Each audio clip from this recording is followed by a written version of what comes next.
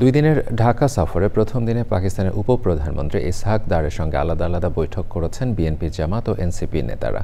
বৈঠক শেষে জামায়াতের নায়েবে আমির সৈয়দ আবদুল্লাহ মোহাম্মদ তাহের বলেছেন, ৭১-এর অমীমাংসিত ইস্যু নিয়ে বাংলাদেশের সাথে রাষ্ট্রীয়ভাবে বৈঠক করে পাকিস্তানকে সমাধান করতে হবে। বিষয়টি সমাধানে পাকিস্তান প্রস্তুত বলে জানিয়েছেন এনসিপি নেতারা। বিস্তারিত মইনুল হাসানের রিপোর্টে। প্রায় ১৩ বছর পর ঢাকায় বসছে বাংলাদেশ পাকিস্তান পররাষ্ট্রমন্ত্রী পর্যায়ের বৈঠক। সেই বৈঠকে যোগ দিতে নূর খান বেস থেকে পাকিস্তান এয়ারফোর্সের একটি উড়োজাহাজে ঢাকায় আসেন পাকিস্তানের উপপ্রধানমন্ত্রী ও পররাষ্ট্রমন্ত্রী ইসহাক দার।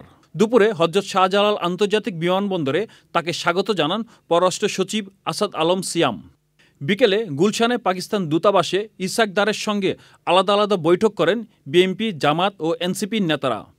শুরুতেই এনসিপির সদস্য সচিব আক্তার হোসেনের নেতৃত্বে ৭ সদস্যের প্রতিনিধি দলের বৈঠক করে পাকিস্তান ও বাংলাদেশের মধ্যে সুসম্পর্কের জন্য আধিপত্য বিস্তারের ধারণা থেকে বেরিয়ে আসার আহ্বান জানান এনসিপির নেতারা।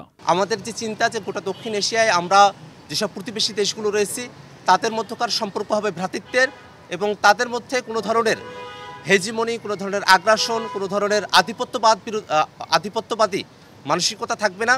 সেই বিষয়গুলো নিয়ে আমরা পারস্পরিক কথাবার্তা বলেছি। আমরা তাদেরকে বলেছি ৭১ ইস্যুটা দ্রুত সলভ করা উচিত। তারা বলেছে তারা এটাতে অগ্রগামী এবং দে আর রেডি টু ডু ইট।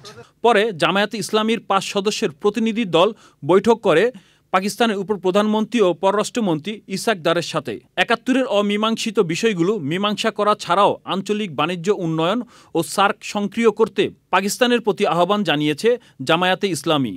আমরা বলেছি যে সমস্ত আনসেটেলড ইস্যুস আছে সেগুলো যেন খুবই কনজেনিয়াল অ্যাটমসফিয়ারে এটার দ্রুত শেষ করা দরকার।